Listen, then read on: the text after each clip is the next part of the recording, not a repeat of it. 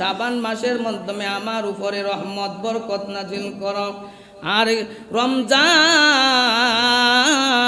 মাস পর্যন্ত আমার হায়াত লম্বা করিয়া দাও। রমজান মাস পর্যন্ত কি করিয়া দাও? হায়াত লম্বা করিয়া দাও। আর শাবান মাসের মাধ্যমে আসমানের নিচে এবং জমিনের উপরে এবং মাঝখানে যত রকমের হাই কিরিসিমের বাল্লা মুসিবত আছেন, সমস্ত বাল্লা মুসিবত থেকে আমারে হেফাজত করো। আমাকে আপনি নূরে নূরান্বিত করিয়া এবং রহমত দিয়া ভরপুর করে দেন। সুবহানাল্লাহ বলেন। এই কারণে নামাজের শেষে পড়তে হয় আল্লাহুম্মা বারিক লানা ফি রজব ওয়া শাবানা ওয়া বাল্লিগনা রমাদান। কারণ এমন একটা রাত্র, তুমি যদি পাহাড় পরিমাণও যদি গুনাহ করো, তাহলে যদি আল্লাহকে যদি ডাক দাও, তোমার ইমানের সহিত যদি ডাক দাও, আল্লাহ কয় তুমি যদি পাহাড় পরিমাণ গুনাহ করো, আর পাহাড় পরিমাণের চেয়েও যদি জমিন পরিমাণ গুনাহ করো, জমিন পরিমাণের চেয়েও যদি আসমান পরিমাণ গুনাহ করো, আসমানের চেয়েও যদি লৌহ কলবের চেয়েও গুনাহ করো, আল্লাহ বলেন সমস্ত কিছুর চাইতেও আমার রহমত হলেন বেশি বড়। এই কারণে যত রকমের গুনাহ করি না কেন আল্লাহর কাছে ক্ষমা চাইতে হবে, আল্লাহর কাছে ক্ষমা চাইতে হবে। কারণ মহান রব্বুল আলামিন পবিত্র কুরআনুল কারীমের সূরা হুমাযার 7 নম্বর আয়াতে মহান রব্বুল আলামিন বলেন আল্লাতী তাত্তালিউ আলাল আফইদা ইন্নাহা আলাইহিম মুসাদা ফি আমাদিম মুমান্দাদা। মহান রব্বুল আলামিন এমনভাবে ঘোষণা করে দিলেন, তোমরা যদি জাহান্নামে যাও তাহলে জাহান্নামের আগুন এমন শাস্তি হবে, এমন কঠিন হবে। হাদিস শরীফে উল্লেখ আছে, আল্লাহর রাসূল বলেন যদি জাহান্নামের 40 হাত থেকে যদি দূরে থাকো, তাহলে জাহান্নামের আগুনের তাপে তোমার শরীরের গোশত এবং তোমার কলিজা সিদ্ধ হয়ে যাইবে। নাউজুবিল্লাহ বলেন। এই কারণে আল্লাহ আজকের রাত্রটা হলো ইবাদতের সময়, আজকের রাত্রটা হলো নফল নামাজ পড়ার সময়। আল্লাহ তাআলা বলেন তোমরা যদি আমার প্রিয় বান্দা হইতে চাও, এমন কি যদি আল্লাহর ওলি হইতে চাও, তাহলে নফল ইবাদত করো, নফল ইবাদত করো, আল্লাহর জিকির করো এবং কি কোরআন তেলাওয়াত করো, আল্লাহ জিকির করো এবং কোরআন তেলাওয়াত করো। আল্লাহ রাসূল বলেন আজকের রাত্রে এমন কিছু লোক জীবনও মাপ পাইবে না। এই লোকটিকে হাদিস শরীফে আল্লাহ রাসূল বলেন যারা শিরিক করে, যারা শিরিক করেন তারা কখনো মাপ পাবেন না। মানে কি আল্লাহকেও সিজদা করে, আবার কি মাজারে গিয়েও সিজদা করে, আল্লাহকেও মানে আবার মাজারের মাধ্যমে গিয়েও সিজদা করে, এমন কি অহরহ কসম কাটে, এমন কি মিথ্যা কথা বলে, সমস্ত জিনিসের মাধ্যমে লিপ্ত থাকে। আল্লাহ বলেন তাকে আমি কখনো ক্ষমা করব না। মহান রব্বুল আলামিন আরো বলেন যদি কেউ মুনাফিকি করেন এবং অন্যের গীবত করেন, আল্লাহ তাকেও ক্ষমা করবেন না। আর যদি কেউ যদি হিংসা বিদ্বেষ করে, তাহলে আল্লাহ তাকেও ক্ষমা করবেন না। এই কারণে আল্লাহ রাসূল বলেন এমন রাত্র, একটা রাত্র আল্লাহর সমস্ত আকাশের দরজা খোলা থাকবেন, এটা বন্ধ হবেন না। আপনি যদি রাতের 12টার পরে এবং 1টার পরে এমনকি 11টার পরে যদি হাটে বাজারে যদি যান, তাহলে দেখবেন তোমার দোকানের দরজাগুলি বন্ধ হয়ে আছেন। আল্লাহ ডাক দিয়ে কয় বান্দা রে, যদি আমাকে ডাকো আমার দরজা ওপেন সর্বদাই খোলা থাকবে। সুবহানাল্লাহ বলেন। এই কারণে আল্লাহকে বেশি বেশি করে স্মরণ করা, নবীজির উপর দুরূদ শরীফ পড়া, নফল ইবাদত করা। মহান রব্বুল আলামিন বলেন তোমরা যদি আমার হাবিবকে যদি খুশি করো, তাহলে আমি আল্লাহ খুশি হয়ে যাব। আল্লাহুম্মা সাল্লি মাওলানা মুহাম্মদ ওয়া আলা আলি সাইয়্যিদিনা মাওলানা মুহাম্মদ। আল্লাহুম্মা সাল্লি সাইয়্যিদিনা মাওলানা মুহাম্মদ ওয়া আলা আলি সাইয়্যিদিনা মাওলানা মুহাম্মদ। সালাত লক্ষ কোটি দুরূদ পড় নবী জানের দরবারে শাফাআত করিবেন নবীজি রোজা হাশরের ময়দানে আল্লাহ সাইয়্যিদিনা মাওলানা মুহাম্মদ ওয়া আলা আলি সাইয়্যিদিনা মাওলানা নূরুন আলা নূরিহি আপনি আসলেন মানব সুরতে তাই তো আপনার হয় না ছায়া সাধু সূরুজের আলোতে আল্লাহুম্মা সাল্লি মাওলানা মুহাম্মদ ওয়া আলা আলি সাইয়্যিদিনা মাওলানা মুহাম্মদ প্রেমাগুনে জ্বলে মরি ওহে মাওলা রব্বানা আমরা যাহার প্রেমের পাগল তিনি সোনার মদিনা আল্লাহুম্মা সাল্লি মাওলানা মুহাম্মদ ওয়া আলা আলি সাইয়্যিদিনা মাওলানা বেবে দেখো মনে মনে প্রেমনি করছ নবীর সনে নইলে টেকবা দু জাহানে মুহাম্মদ ইয়া রাসূলুল্লাহ আল্লাহুম্মা সাল্লি সাইয়্যিদিনা মাওলানা মুহাম্মদ ওয়া আলা আলি সাইয়্যিদিনা মাওলানা মুহাম্মদ قد جاءكم من الله নূর বলেছেন কোরআনে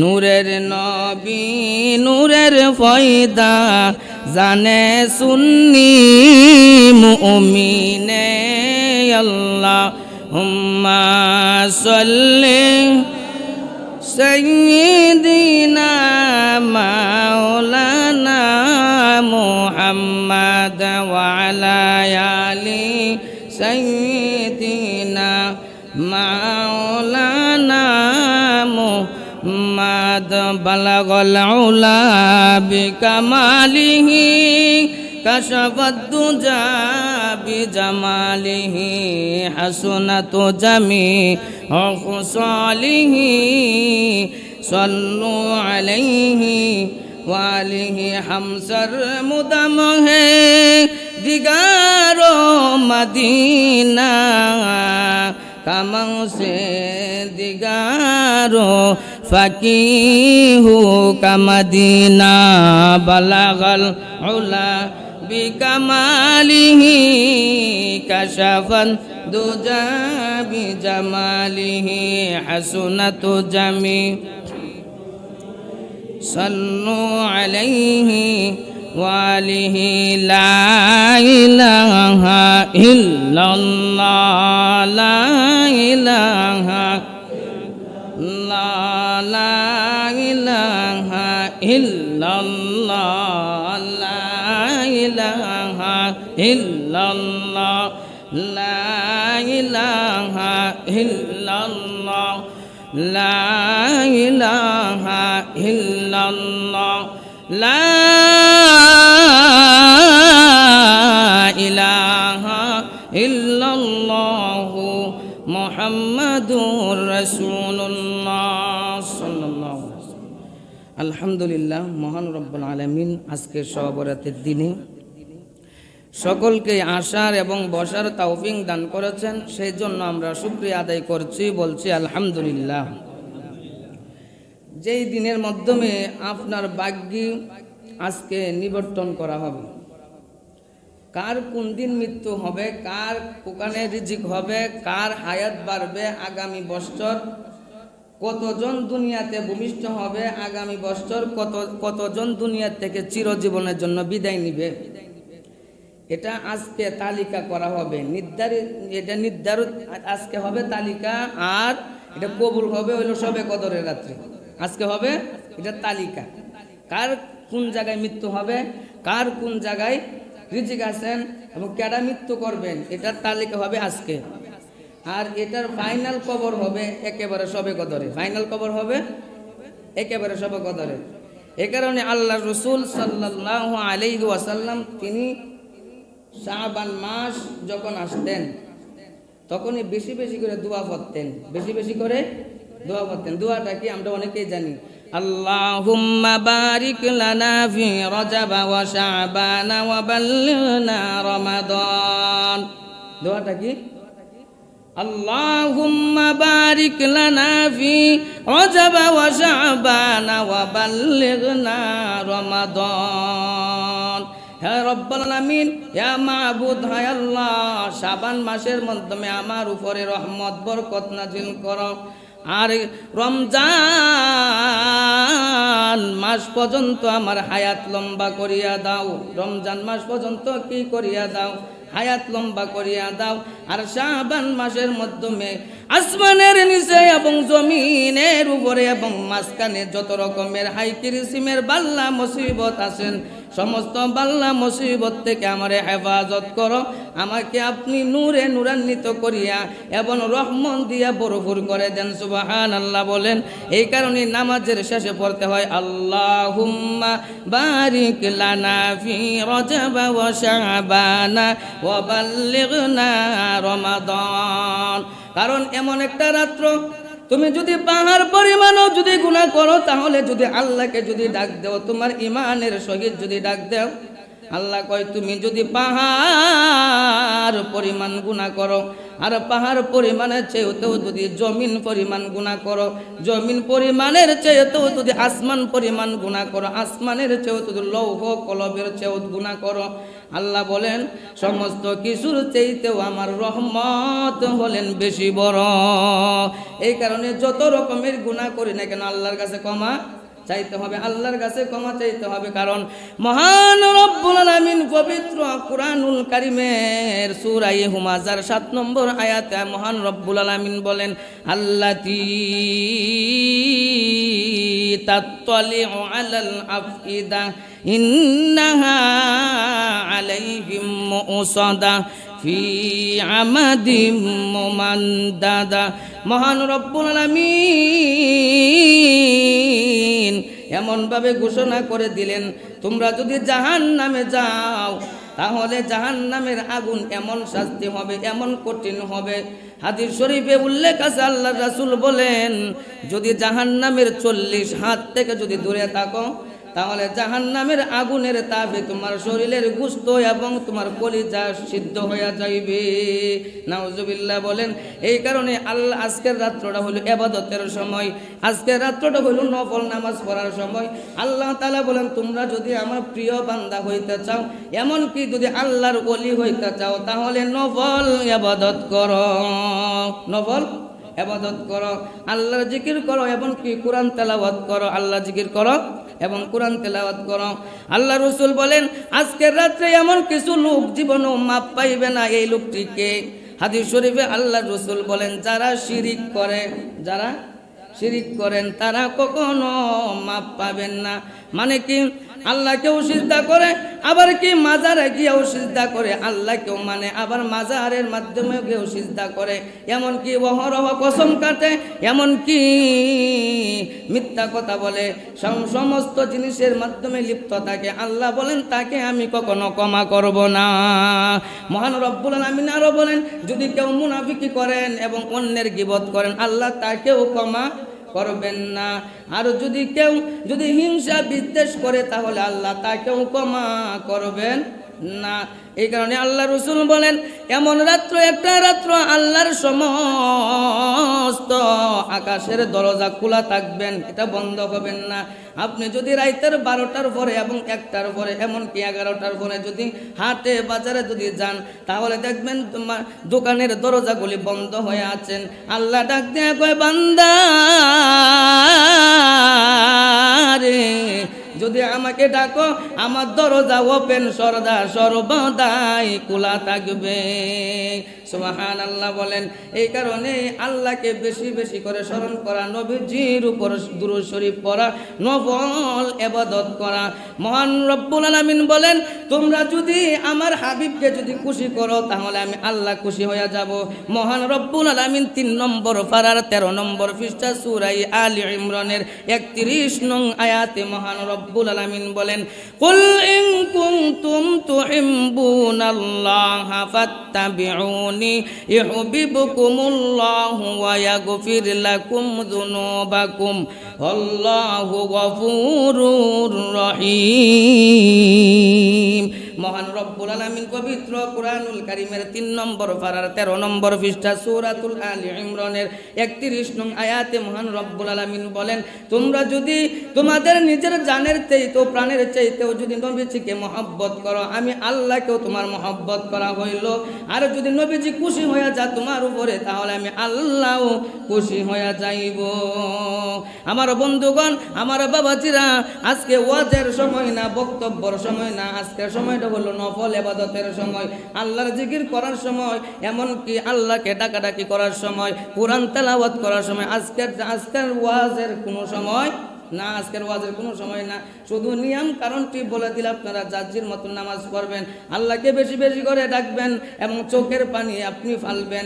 হাদিস শরীফে আল্লাহ রসুল বলেন, যেই দিন তুমি মুসিবতের দিনে, যেই দিন তুমি বিপদে পড়বা, তোমার পানি পিপাসা যখন, জিহ্বাটা যখন কুকুরের মতন আধা হাত নাভি পর্যন্ত ঝুলিয়ে যাবে, আল্লাহ রসুল বলেন, তুমি যদি একদিন দুনিয়াতে যদি কাঁদতে থাকো, তাহলে আমি এই চোখের পানি আমি কাল হাসরের ময়দানে হাউজে কাউসারের পানি হিসাবে তোমাকে পান করাইব। আমার বন্ধুগণ, এই কারণে আল্লাহর কাছে কান্নাকাটি করা, এমনকি চোখের পানি বলা। অনেকেরই তো মা নাই, অনেকেরই বাবা নাই, মার জন্য বাবার জন্য কাঁদবেন, কাঁদিয়া বলবেন, আল্লাহ আমি যত গুনাহ করেছি আসমানের নিচে জমিনের উপরে আমার মতন গুনাহগার কেউ নাই, আমি শয়তানের ওয়াসওয়াসায় গুনাহ করেছি। আল্লাহ আপনি যদি ক্ষমা না দেন, আমাকে কেউ ক্ষমা করার মতন কেউ নাই। আল্লাহ আপনি আমাকে দয়া করে মায়া করে ক্ষমা করে দিন, আমার আব্বা আম্মার জীবনের গুনাহগুলি মাফ করে দিন।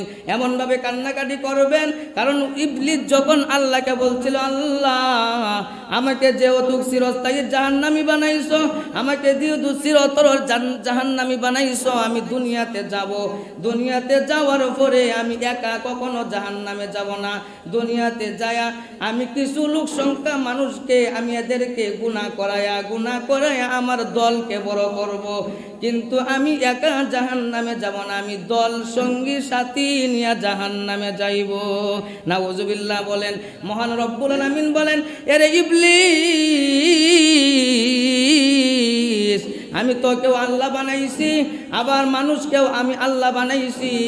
তুই যদি আমার সাথে এরকম চ্যালেঞ্জ করস, তুই আমার একটা আদম সন্তানরে গুনাহ করাইতে করাইতে করাইতে জাহান্নামের যোগ্য বানাইছস, আর কোনো গুনাহ করতে পারে না। এই মুহূর্তে যদি আমি আল্লাহকে বিশ্বাস করে এবং নাই রাসূলের কথা শুনিয়া যদি আমি আল্লাহর কাছে যদি তওবা করে, তুই ইবলিসে তুই 70 বছর যা গুনাহ করাইছস, আমি আল্লাহ একদিনে মাফ করে দিব। এই কারণে আল্লাহকে যে কোনো সময় ডাক দিলে আল্লাহ শুনবেন, যে কোনো সময় ডাক দিলে আল্লাহ শুনবেন। কোন কি নাম লইয়া ডাকলে গো আল্লাহ ক্ষমা দিবা আমরা রে কি নাম লইয়া, কি নাম লইয়া ডাকলে গো আল্লাহ ক্ষমা দিবা আমরা রে, কি নাম লইয়া ডাকব রে তোমারে, কন্যা কি নাম লইয়া ডাকলে গো আল্লাহ ক্ষমা দিবা আমরা রে, কি নাম লইয়া ডাকব রে তোমা। গুনার বুঝা মাতাই লইয়া আইলাম মসজিদে, গুনাহ গুলে মাফ কইরা দেও আমার নবীর খাতিরে, কন্যা গুনাহ গুলে মাফ কইরা দেও আমার নবীর খাতিরে।